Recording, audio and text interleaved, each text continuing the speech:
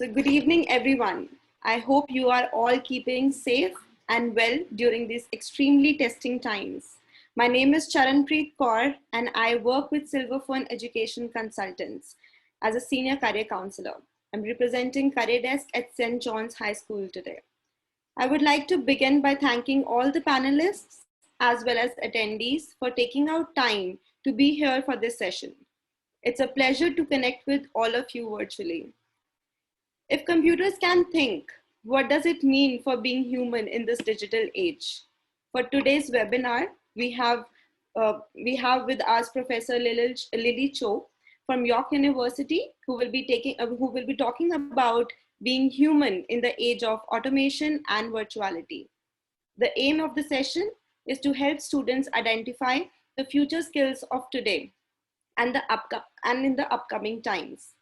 Professor Lily Cho is the Associate Dean, Global and Community Engagement, and Associate Professor for English, Faculty of Liberal Arts and Professional Studies at York University. As an Associate Dean, she supports students, faculty, and community members on initiatives to benefit both community as well as university. I would also like to welcome Ms. Sunaira Ali, Recruitment Officer International, Faculty of Liberal Arts and Professional Studies, York University, Mr. Ashwin Duggi, he is the Regional Recruitment Manager, India, York University, and Ms. Megha Srivastav, Senior Recruitment Advisor, India, York University, for joining us here today as our panelists. Now I would like to hand in over Ms. Maninder Kaur, who is representing St. John's High School, Chandigarh today. It's over to you, Maninder ma'am.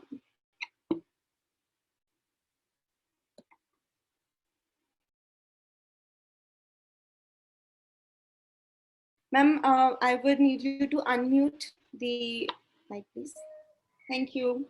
Thank you, Charanpreet. Before introducing St. John's to all of you, let's seek the blessings of the Almighty. I request you all to join your hands and close your eyes as I lead you into the prayer. Heavenly Father, bless us with the fortitude and confidence to take advantage of every opportunity. Everything we endeavor to do, may it gets multiplied exponentially, and may we experience great success every single day. Amen.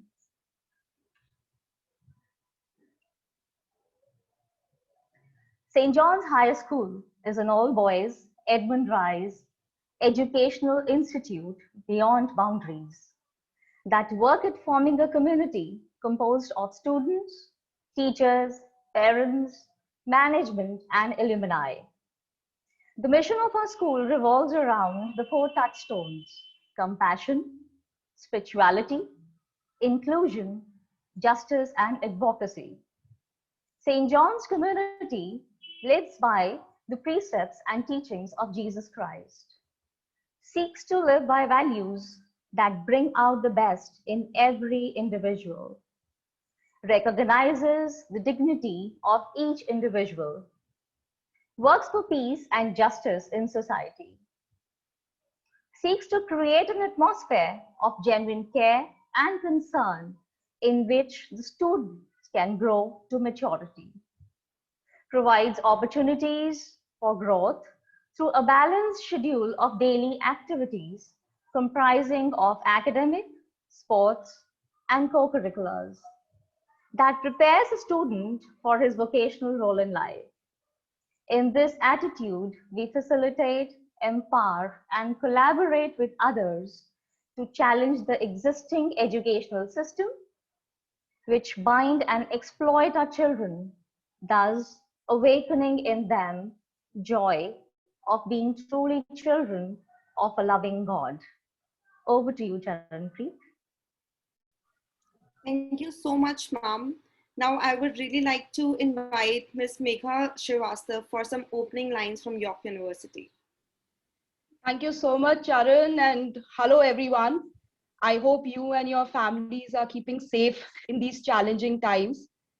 On behalf of York University, I would like to take this opportunity to thank Principal Ma'am Mrs. Kavita Das, teachers, and the entire career desk team of St. John's High School for giving York this opportunity today to interact with the young minds of your prestigious institution. I am personally very excited to attend Professor Lily's session because I feel that the topic of the discussion is very relevant for each one of us, and especially for the youth because you are the future of tomorrow. I also feel that sessions like these, would help us bring York University closer to the student and teacher community of St. John's School, thereby strengthening the association between the two institutions. York is one of the leading public research universities of Canada. We have close to about 50,000 students across our two campuses in Toronto, which makes us the third largest university in Canada. With more than 10,000 international students from 174 countries, we are one of the most diverse and multicultural universities in the region. We offer 200 plus academic programs across a variety of subject areas through our different faculties. The Faculty of Liberal Arts and Professional Studies of York University is one of the largest and most diverse liberal arts faculty in the whole of Canada. It has more than 20,000 students. The main highlights of the faculty are definitely its 90 plus undergrad and certificate programs that can be customized according to the students' needs and requirements. It's 650 plus, globally reputed and diverse faculty members that bring to the classrooms their expertise, experience, and research, and definitely a wide array of international study options and internship opportunities that the faculty provides to the students. Over the past few years, we've seen York University becoming extremely popular with international students, especially from India, who choose York because of various reasons. The location advantage that York has, the career connected education, the wide range of academic programs, flexibility, the excellent support services that we offer to the students, and definitely the diverse and vibrant student community. We are very delighted to see an increase in the number of students from St. John's every year who have been applying to York. And I encourage each one of you to reach out to us for any kind of questions that you have about York and our offerings. Me and my colleagues would be more than happy to take any questions towards the end of the session. Now, without any further delay, I would like to hand it over to Professor Lily to take the session forward. Thank you. Thank you so much. I am thrilled to join you today, and I want to thank everyone who has worked so hard to put this incredible event together. It is such an honor and privilege to be here with you, St. John's. Particular thanks to Principal Das for finding the time and space for this event. Even in virtual times, I know how difficult it is for us to find these moments together. I also want to acknowledge that I am speaking to you at a time of difficulty and loss around the world, and particularly in India. We are living in extraordinary and extraordinarily difficult times. Your presence here today is an important signal of hope. All through this year, I have been profoundly moved by students like you who have chosen to pursue higher education despite uncertain times. And Sunera has heard me say this many times in many rooms. When I meet students this year, and I've met hundreds, probably thousands this year when I meet incoming students, I talk about how much courage it takes to make a choice for your future when the world can feel a little bit upside down. And I truly believe that in choosing to explore university, to go to university, to pursue your studies is a courageous choice for yourself, for your future, and for the world that you're in. It's a profoundly important thing you're doing just by being here, and I want to acknowledge that. I'm so excited to be here today to talk with you about what it means to be human at a time when it might seem like our devices and our machines control us. And I'm going to actually start sharing my slides. We practiced this, but you know, it's always a thing where, okay, let me put this on slideshow. Okay, and all of the amazing folks in the room, if there are any technical glitches, if my slides don't forward, please let me know. Please don't hesitate to interrupt and jump in. Sometimes what I see is not always what you see. I want to, before I roll into the bulk of the lecture and the content, I want to tell you a little bit about me. I am a professor of English literature at York University in Toronto, an amazing city, an amazing university. I'm also an associate dean. My portfolio as an associate dean is designed for me to focus on global engagement, on meeting people who are all around the world, who have connections to the university, and to helping the university connect to the world. I spent a lot of time as a result of this portfolio building programs for international students at York, and I'm very proud of what we do at York for international students. I have to say that when I look at the teams of people, the staff we have in place, whose whole job is to cheer on our international students and to ensure their success when they come to York, it makes me feel so proud, you know, of the work we do, but a lot of comfort too. I know how scary it is to start university at all, and starting university in a country where maybe your family doesn't live, where you might not have a lot of community in the immediate sense, can be scary. One of the things that we also do at York for any parents who are in the room is we're beginning to develop a parent network, because we recognize that parents are some of the most important people in the success of our students.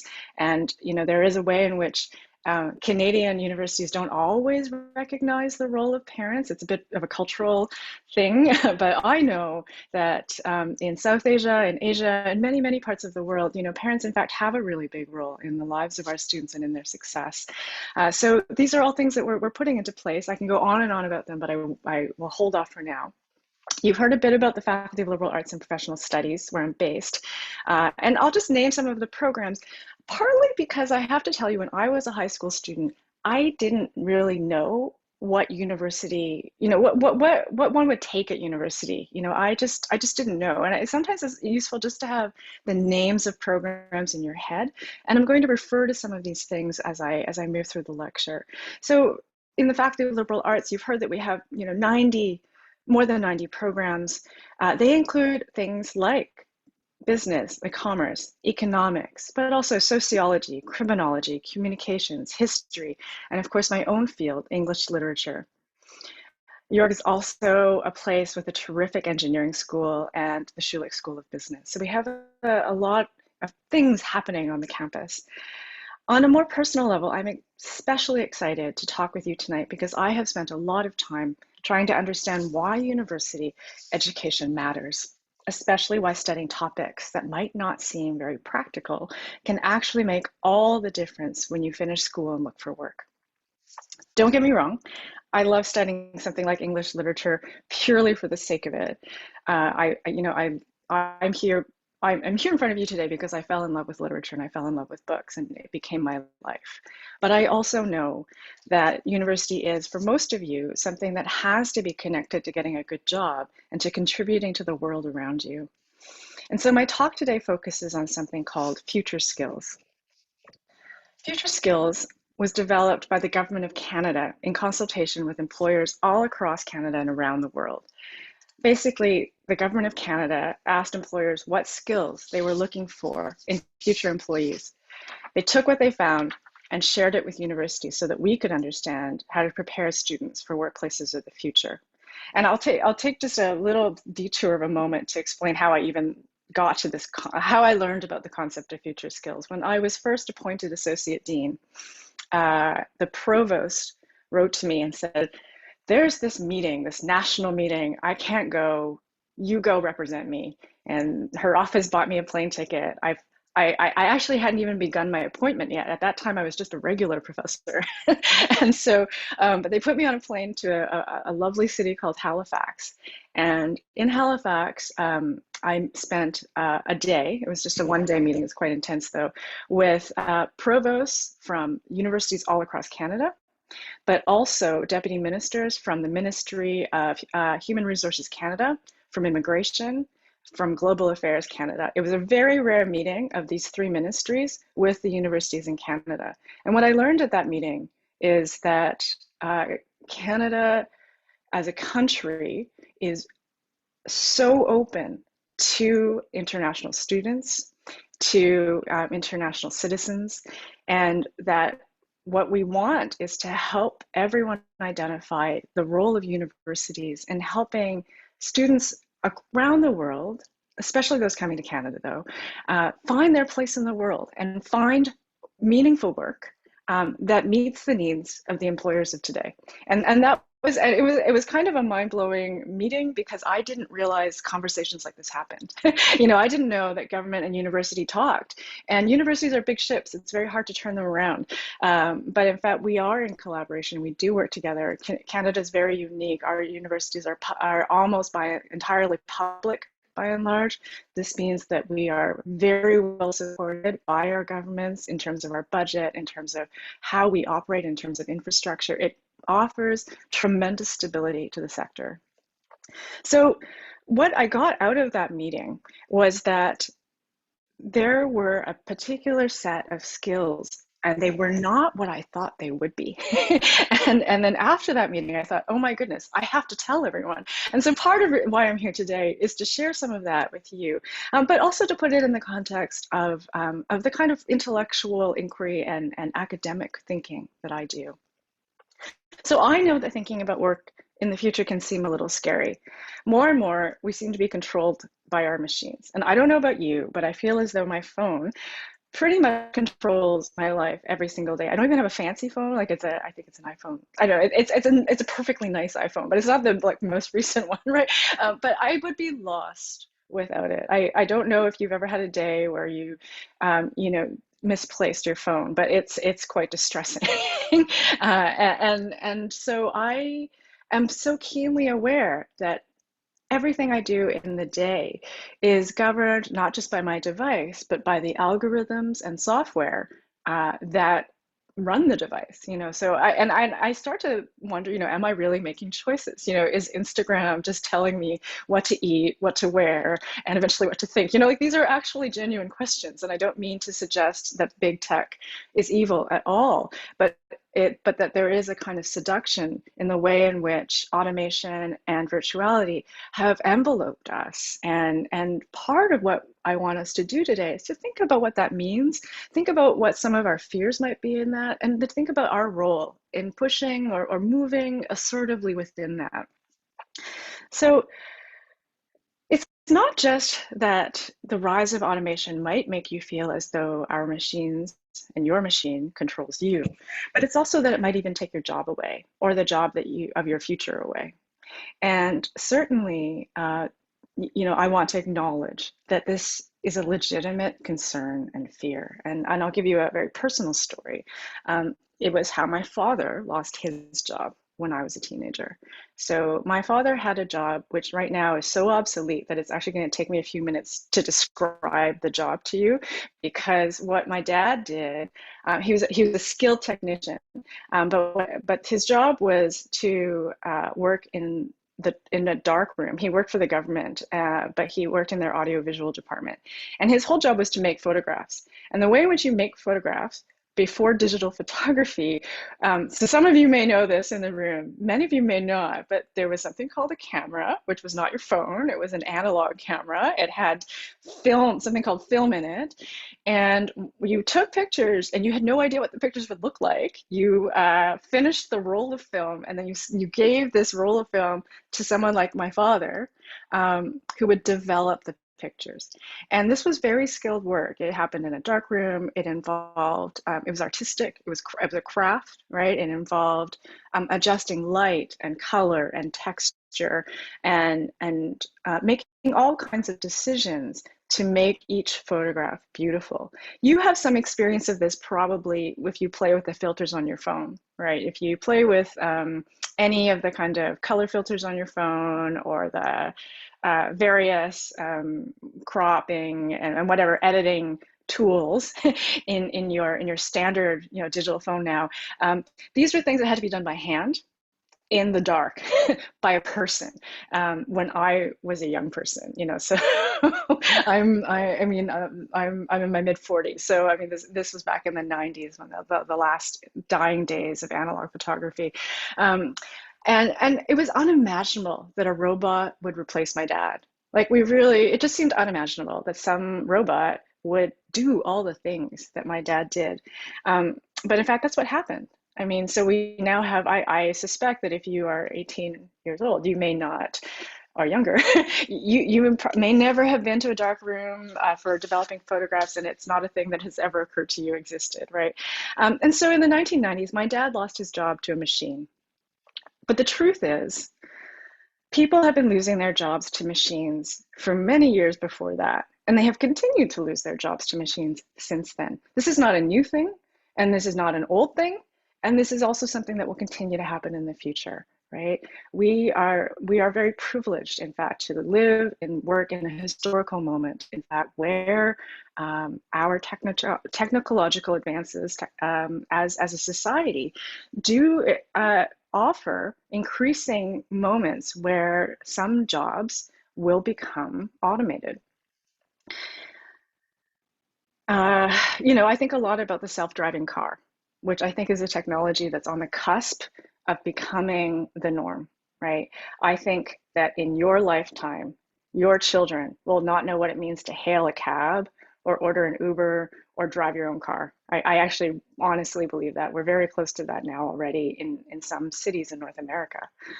So this is the future, right? Fewer and fewer jobs and more people who need them. Is this really the future is my question. And are the only jobs of the future in the technology industry or the business industries which lend money to finance the technology industry? I'm here to tell you that I really don't think so. I really don't think so. And here's why. Sorry, I've been not doing my slides, but one of the key things to keep in mind is that machines learn from humans. Even the most sophisticated forms of artificial intelligence begin with human intelligence. This is an image of a data labeling service in India called iMerit. Here, hundreds of workers sit down every day to teach computers how to recognize the data that the computers are processing. These workers at iMerit are teaching computers how to think. The computer isn't smarter than these humans, right? And iMerit is an incredible company. It was identified recently by Deloitte as the fastest growing technology company in India. It's growing by leaps and bounds, and it's certainly innovating, in a way that's very, very important, not only for India, but for the world. But what I would say is that this technology is driven by people, by human beings sitting down and teaching machines that are supposedly at the heart of technological growth. These services have a name. They're also known as data farms, and they are quite incredible places. So this is an image of a data farm in China. And here, thousands of people also sit down every day to teach computers what they know. They have to tell a computer, what is a cat? What is a dog? What does a happy person look like? What does a sad person look like? They have to do this millions of times a day.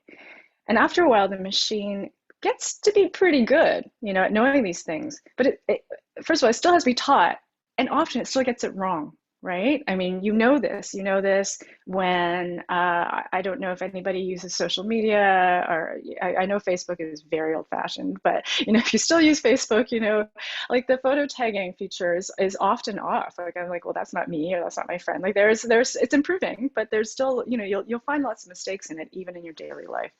And I love this quote from the manager of the data farm in Hubei province in China, where she says, I used to think that machines are so smart. Now I know that we're the reason for their genius, right? Our minds are incredible. Like our brains work much faster than any computer right now. And we are much better at identifying and locating what the machine needs to learn, right?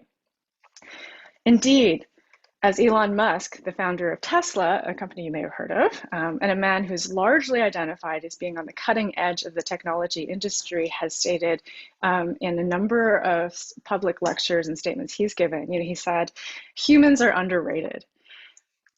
Humans are underrated.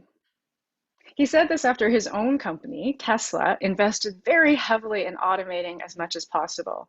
He wanted robots and computers to do everything at Tesla. I mean, he really did. He invested like an unbelievable amount of money in this project of automating Tesla. And it didn't work. It didn't work. And that was what's amazing.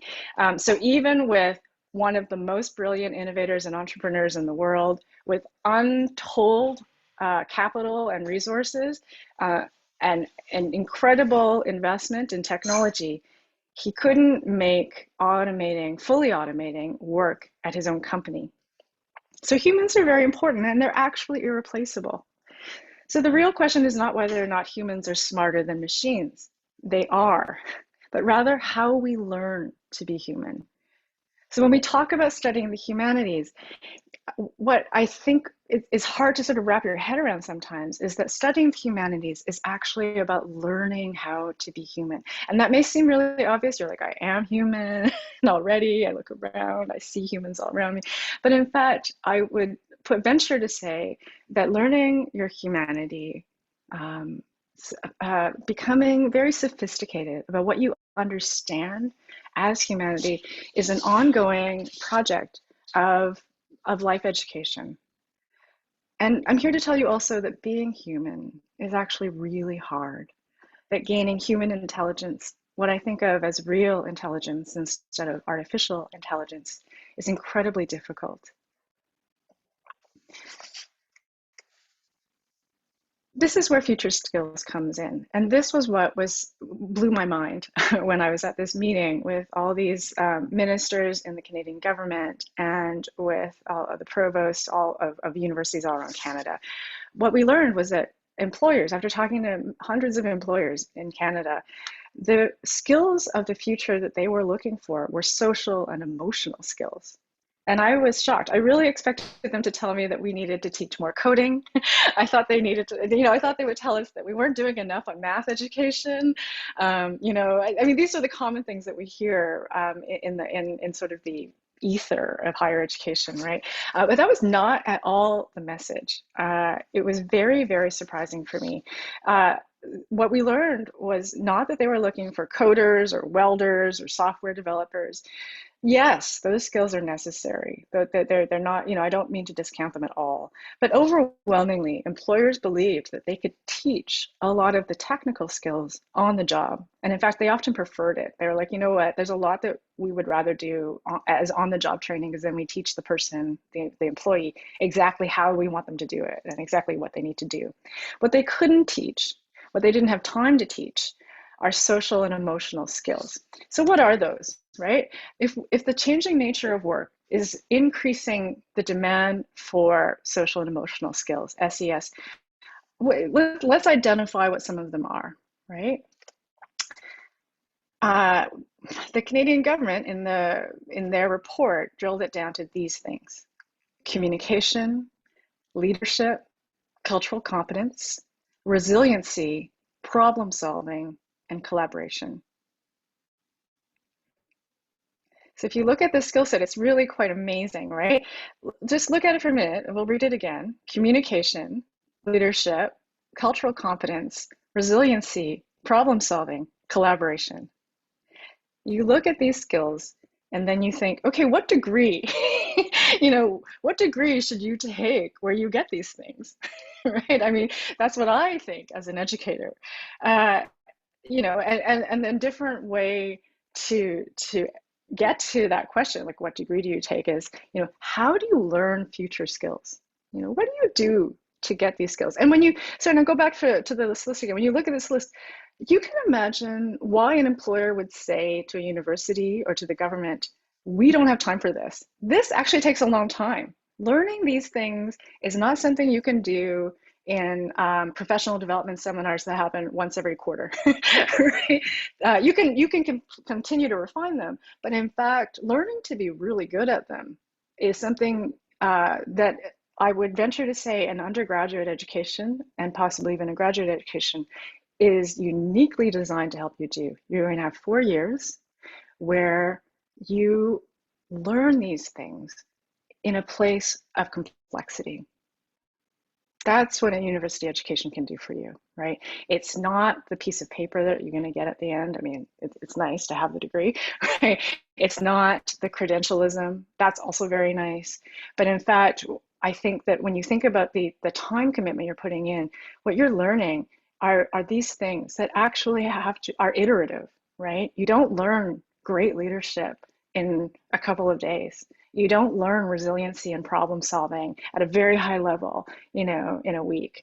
You learn them through an iterative process, right? Of taking different courses in different subject areas, but also with a kind of depth, which is what a major offers you, and also a minor if you choose to do that. Okay, so how do you learn these future skills? I'm going to suggest to you that reading is one of the very best ways to get to that. I'm going to expand on this, but when I think about what I'm calling real intelligence, what I really mean is that we need a way to learn about the complexities of human intelligence, and one of the best ways to get to that is to read. And you have to learn how to read. I say this as someone who's devoted her entire life to the study of English literature and to reading. When I entered university, I was pretty sure I knew how to read, but what I didn't know was something that we think of as critical reading. So just being able to comprehend an essay or a book is only the beginning. Learning how to read involves learning how to be critical, how to synthesize key ideas and make connections between them, how to connect these ideas to solving problems, how to understand your feelings as you read and to use those feelings to solve problems. And in fact, how you feel about something is incredibly valuable. It's also part of what differentiates you from the algorithm that is helping you to read and to think. So reading, trust me, is a future skill. You're about to go to university and you have a lot of choices to make about which university to go to. And obviously I think you should come to Canada and study at York, but that's up to you. But also what to major in and what courses to take. And I won't tell you what program you should pursue or what degree you should take. I mean, I can help you with that if you want, but I'm mostly here to tell you that whatever you choose, you always have to give yourself. Sorry, my earbud just went out for a bit. Is my audio still okay? Could I get a thumbs up from? Yes, ma'am. You are audible. Okay, great. Okay. Sorry, sometimes the Bluetooth. Okay, so I won't tell you what program to choose, but I'm here to tell you that whatever you do choose, I want you to give yourself a little room to learn to be human, to learn to read critically in complicated ways. And university is uniquely set up to teach you how to do that. So maybe you will major in accounting or go to engineering school, but don't forget to take a course or two in history, in art, or literature. These are disciplines that ask you to learn how to read and think in difficult ways. So let me give you an example of reading, the role of reading, the complexity of the work of reading in terms of the relationship between two seemingly disparate disciplines, economics and literary criticism or literary theory. And I will do this through a very brief discussion of one of the most popular books in the field of economics in the last decade, Thomas Piketty's Capital in the 21st Century. I'm not sure how many of you in the room have already encountered this book. I was really struck by it, and I was struck not least because of its popularity. This is a 700-page book, originally written in French and then translated into English. It was published in the 2000s, and it immediately shot up to the bestseller list in Canada. I mean, it was the #1 seller on Amazon for a surprising amount of time. And, it's a little dry. It's not, it's not an exciting murder mystery. It's not, it's a book of economics. This picture of the author with this chalkboard behind him, that's not a prop. I mean, that really is what, like, the book is full of formulas and math. Like, it's not the easiest read. But what was really interesting about Piketty's Capital is I think some of the anxieties and concerns that it gets to. And so I'm going to even though I'm not an economist, but I am a very good reader, I'm going to give you a very brief primer on what Piketty argues and talk to you a little bit about where the role of literature comes into this discussion. And I'm sorry, I just wanted to see the time. Okay, so for those of you who may not be familiar with the concept of patrimonial capitalism, that is the concept that is at the heart of Piketty's discussion.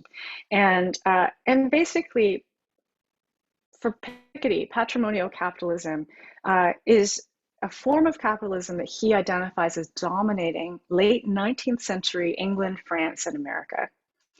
And he thinks that we are returning to patrimonial capitalism now. So then you might think, okay, what is patrimonial capitalism?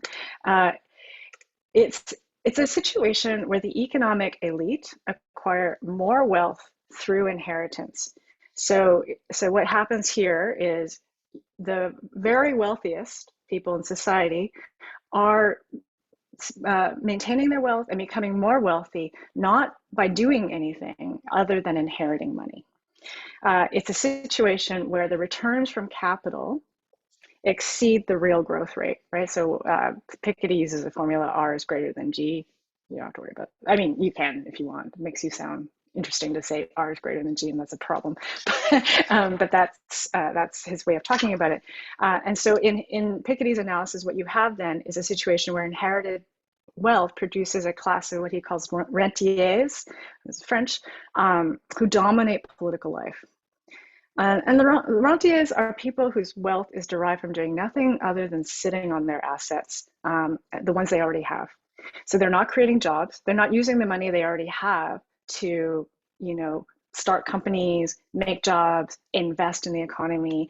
They're not working themselves, right? They're just sitting at home. And their money comes from the interest and income of inherited wealth. And for Piketty, what he says is, this is a real problem. For him, the rise of patrimonial capitalism means that you have stagnation. You have stagnation in the economy, and you have stagnation in society. You have limited social growth, right? Your society isn't growing because, to be frank, the very rich people are doing nothing, and it also gives poor people and middle class people no hope, right? Because there's no mobility. There's no way to enter into the class of the elite except to marry into it, right? Which is why the novels of the late 19th century are so interesting. And what I was really struck by when I read Piketty was how often he turned to literature. So if you read Piketty, what was so striking was that there were a number of times in his analysis where he would go to the novels of Jane Austen, of Gustave Flaubert, and of Honoré de Balzac in particular. And I couldn't believe it, because this was the most popular and important book on economics, of the recent era. And there was a surprising amount of literary analysis in it. And I thought, what's happening here? Why is literature so important? I'm going to tell you a little bit about that. In making his argument, when Piketty uses the novels of Austen, of Flaubert, of Balzac to illustrate and dramatize his key points, what he's showing, and he's usually using what we call in English literary criticism the bourgeois realist novel. The bourgeois realist novel to dramatize a period of intensifying economic inequality, and that emerges from cycles of economic disparity and lack of class mobility. Why is it important that we look at these novels as a way of understanding this graph? And this is a graph that Piketty, that's quite commonly associated with Piketty's work. It's the thing that people see the most. And basically it tells you that at the turn of the 20th century, nearly a quarter of national income came out of value from bequests and gifts, came out of inheritance. Right, and then you see the dip. So we have a period where less and less of the GDP is coming from inheritance, basically. And you'll note for North America and for Europe, that period where the U is low, 1950, 1960, is a period of really important growth. Some of the most important companies in North America came out of this time, right? Like 1960, 1970. IBM, Apple, like these were starting in 1980, right? Like this, so it's not coincidental, right? That at a time where the fewest number of rich people were getting rich just on their inheritance was also a time when big companies were doing big, exciting things. Okay, so if you look at, so, and this is just a hand, so some of the novels. If you haven't read either of these, I encourage you to do it because they're so beautiful.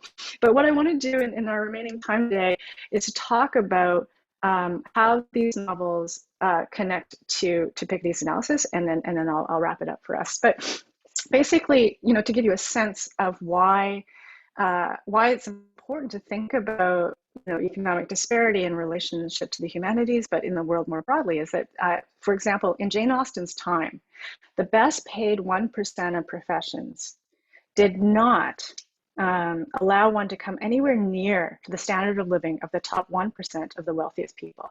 So even if you had a job during the time of Jane Austen that was the most well-paying job in the entire city, that job wouldn't put you anywhere close to the standard of living that the richest person in England at the time had. And that's bad. I'm going to say that's bad because then, it makes you not want to work. It makes you think that the best way to get to wealth is to marry into it, frankly, right? And that is why these novels of manners become so important. So if you are a reader of Austen, and I love Jane Austen. It's not my actually area of study, but I reread Jane Austen novels every year of my life. These are novels, ostensibly they're romance, like who should marry, when they should marry, but these are also stories about economic inequality. There's stories about economic access and about particularly the ways in which women have to navigate a situation of incredible restriction in order to make a living for themselves, basically. So let's look briefly at one character in an Austen novel. This is Edward Ferrars, who's one of the key characters in Sense and Sensibility. And I know we're a little short on time, so I'm not going to read the whole thing, but this is a very long quote. But what I want to point to here is, so Edward is one of the key characters in Sense and Sensibility. He's one of the key romantic figures. We want him as readers to marry the beautiful and wise Eleanor Dashwood, and throughout most of the novel he can't. He loves Eleanor Dashwood, that much is clear, but he can't marry her. And he can't marry her partly because of what's happening in this paragraph. In this paragraph, what he says is, it has been, and probably always will be, my heavy misfortune to have had no profession. Nothing, and I'll highlight a few sort of key things, right? What he says is, unfortunately, I am an idle, helpless being. His family couldn't agree on a choice of profession for him. He wanted to go into the church. His family didn't think that was smart enough, right? He thought about law, he thought about the Navy, he thought about the Army. Instead, what happened was when he was 18, because he was so indecisive and already rich, so he didn't have to think very hard about what to do with himself, he went to Oxford, which was what rich people did. You didn't have to be very smart then to get into Oxford, and drifted. And he drifted along, and it left him very unhappy. This state of idleness and helplessness resulted in a great deal of personal unhappiness for him in the novel. And Edward's situation in this novel illuminates the way in which patrimonial capitalism results in social stagnation. It's not just Edward who cannot move forward with his life, but this stagnation ripples out across society all through the novel. Edward's personal immobility or stuckness affects and reflects the world around him. So the novel ends happily if you haven't read it. I won't ruin it for you, but it's not an accident that this ending hinges on Edward losing some significant access to his inherited wealth. I'm going to tell you, there's a bit of a spoiler here. And instead he has to get a job.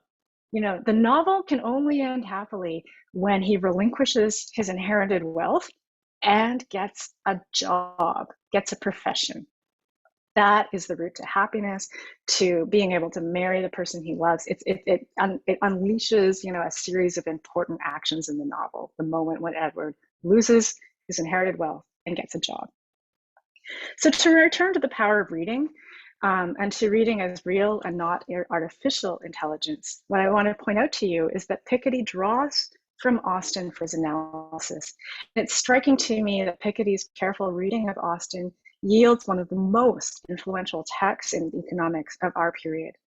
That is, economics needs the power of reading. It needs to get to the humanity of our world that is at the heart of its analysis. Economics isn't just gross national product. It isn't just money. It's people, right? So reading is a way to learn about your humanity. When you are I hope that I've sort of shared with you how powerful and how important and how difficult reading is. When you are in university, I urge you to read, at least some periods of the year. I urge you to read something new. I urge you to read something beautiful. I urge you to read something that you would never have read on your own. Very important, something that you yourself would never have chosen. And I urge you to read with others, because reading also happens in communities and it builds communities. In very, very final moments of my lecture today, I just want to encourage you to think beyond the degree that you think you know. Going to university is about giving yourself a chance to do something that you don't know anything about, to really learn. Think about how you will enter a world that is still to come. The world we occupy right now was unimaginable even a decade ago. There are jobs that exist right now that did not exist 10 years ago. I think a lot about social media coordinators, website editors. These are all jobs that in Canada pay 6 figures a year. They're difficult jobs. We need people to do these things. And in fact, these are jobs that did not exist 10 years ago. So when I meet with parents who are anxious about what degrees their students, their son or daughter should take and what job that will lead to, I say to them, honestly, the job you think the job you think that exists won't probably exist in a few years. And instead of being afraid of that, what you want your child to do is to be really prepared, to be flexible, to be nimble, to be able to do things that a machine can't do, because actually we're going to still need that. So think about that. I think going to university is a way to give yourself the courage and the skills to change with the world that you're in. And going to university to learn about what it means to be human is unquestionably a future skill that you want to have. Thank you so much. When you think about the world you want to enter, to get in touch, and come, and someday I hope you come and visit York, and see the beautiful campus. We have cherry blossoms blooming right now, and it's a wonderful place. So thank you so much. Thank you so much, Professor Lily. It was a really amazing, informative session. I think a lot of students have got a lot of new things to learn from this today, and we are really grateful that you have been taking out time for all of us, did so much research, and talking to us today on this particular topic, which I don't think we actually, being people or human beings, actually sit down and think about these kind of issues. Does it come to our mind or not? But from today onwards, I am very sure that I'm going to think about this. This is something which actually gave me a pointer to think about, something which I would have never sit down or thought of. Maybe. So that's really nice. So what we have to do is, now that we are open for some questions and answer round for the panelists. And we request all the attendees to please drop in their queries in the chat box. Along with that, I also managed to collect some questions from the students and the teachers during the registration process. So I have a couple of questions with me as well, but I will be addressing the questions which we have received now on the screen. I hope that is okay with us to move on, right? And should I stop screen sharing, or do you think there will be things in the slides that our participants might want to revisit? That's all up to you, but I'll stop sharing for now, and then if there are questions about specifics on the slides, I'll bring them back up. Sure, that would be great. Okay, so we have a couple of questions with us. So one of the questions from the students will be, learning to be human or social and emotional skills are probably essential for a lot of roles, but for most of they don't really factor in. Roles like data entry or taxi driving or various manual labor roles don't really require them and will likely be replaced. Does this mean that these social and emotional skills have limited application for most people, especially in the future? Well, thank you for that question. I think it's a great question.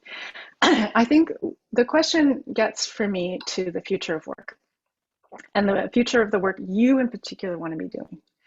I mean, and I'll be quite honest with you. I think most people go to university in pursuit of what in North America anyway we call a white collar profession. Right. You know, I'll be very frank. I think what you want to do when you go to university, whether or not you say it out loud or not, but it's certainly what my parents wanted for me when I went to university. And my parents didn't go to university. They didn't know. They're immigrants to Canada. They didn't know this country. They didn't know what was out there. But what they knew is they didn't want me to have to do the jobs they were doing. So even though my dad had this quite specialized job, my mom actually worked in a factory, and they didn't want that for me, you know. And for them, it was very obvious that going to university was a way to get something else. They didn't know what that something else was. So to get to your question, I think that social and emotional skills are always vital in any job that you do. I would say when I think about here's a confession. Here's a skill I don't have. I'm a terrible driver. I failed my driver's exam 7 times. I have a driver's license only because I cried at the last exam so badly that the examiner took pity on me and, you know, made me, I kid you, and this was a long time ago, so this is not to tell you that in Canada we don't have standards, but he basically took pity on me and he said, okay, I'll give you a license if you promise never to drive, basically. And I said, I promise to never drive. And I have been true to my word. I have never driven a car in my entire adult life. So I take a lot of taxis. I take a lot of Ubers. It's just the cost of being me. And I will tell you that I do notice when my drivers have social and emotional skills, that in fact the time that I spend in the car with them makes some difference. They're making, I mean, in the actual driving they're doing, social and emotional skills matter because, for one thing, Toronto, like many cities, has a great deal of traffic congestion. And navigating traffic congestion requires not just using your GPS and Google Maps to tell you which roads are most free, but navigating the difficulty of human relationships when everyone's in a car. I mean, road rage is very real, and I think so. That's just like an off-the-cuff example. But to get back to white-collar professions, what I really mean to say is that I think I actually don't think taxi driving or Uber driving or sort of driving as a profession will probably be viable in your lifetime. I don't think it's going to be a career.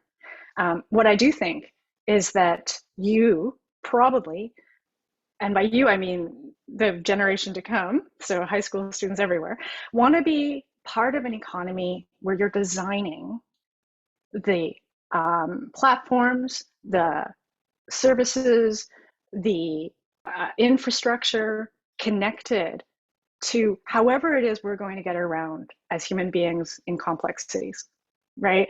I think what you know, sometimes I say to parents who say, well, you know, like, how does this degree match with this job? Or is there a job? Like, is there a direct connection? And I don't always have an exact answer. It's not like saying you become you take it sometimes, and I understand why engineering is so popular in this way, because you take an engineering degree and then you become an engineer, and there seems to be a really obvious connection there. And that's totally elegant. Like, my brother is an engineer, but I'll tell you that my brother got his engineering degree, worked for a couple of years as an engineer, was completely miserable, went back to do his master's in fine arts, which was where his real passion was, and then actually ended up with the real dream job. He now works for Microsoft. He's a lead game developer for one of their biggest video game enterprises, Halo. I don't play video games, so I don't really know, but people who do play tell me it's a big deal. I like the budget is bigger than any like Star Wars movie, right? I mean, but my brother only got that job. He didn't get it because of his engineering degree. He got it because he did a fine arts degree. In fact, he has an engineering background, and that helped. But what I'm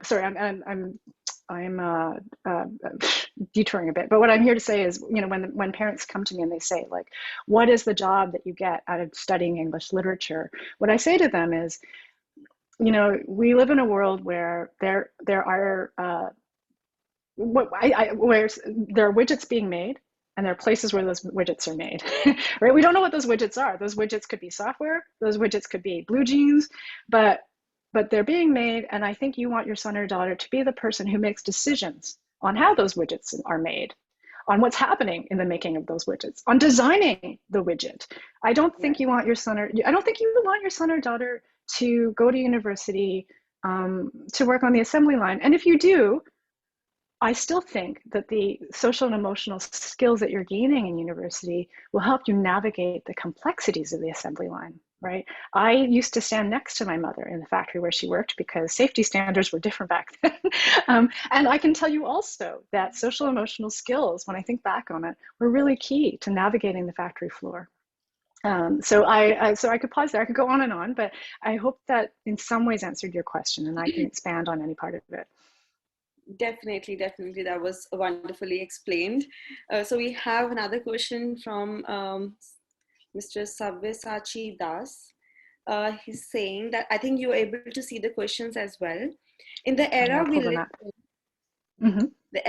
in, Jane Austen quotes, "On earning your way into high wealth isn't necessarily true. These days, the wealthy most derive their wealth from assets rather than taxation. So it's possible to raise high though startups or investment bankings, etc. Does the fact of whether or not it's possible to earn the way in the high class change the badness of the severe economic disparity?" Thank you. That's a great question. And I'm going to answer it as a specialist in English literature who doesn't, who can't claim specialization in economics, but I can share with you what I understand to be Piketty's analysis. So if you think back to that U graph, it's absolutely true. And I think that, so first of all, what I'll say is what you're saying is true. And what you're saying, I think, applies more significantly possibly to India, for example, than North America or England or France. Like, I think France is in real trouble these days. When I look at the ethnic unrest, the protests, because of income inequality, I think a lot of it comes from stagnation, honestly stagnation, where you have a wonderful and smart demographic of young people who are not classically French, who don't have access to very privileged jobs in the French economy, because of an elite system which prevents new people from coming in. And I say this as someone who's very cognizant of the importance of open economies. I love living in Canada and working in Canada as an example, partly because I think it's incredible that my parents came to Canada as new immigrants who didn't speak English, who didn't have high school educations, right? And then I was able to go to university and get a completely terrific undergraduate education, and then was, on the basis of that education, encouraged to pursue graduate degrees, where the government of Canada funded me like almost the whole time. If you do graduate working in Canada, we throw money at you, trust me. I know what it looks like. There's tons of scholarships, but less at the undergraduate level. So but at the graduate level for sure. And I think that it's amazing because in one generation, in Canada, right? I went from somebody who has no connections, language skills, no education, to somebody who in her society, right? I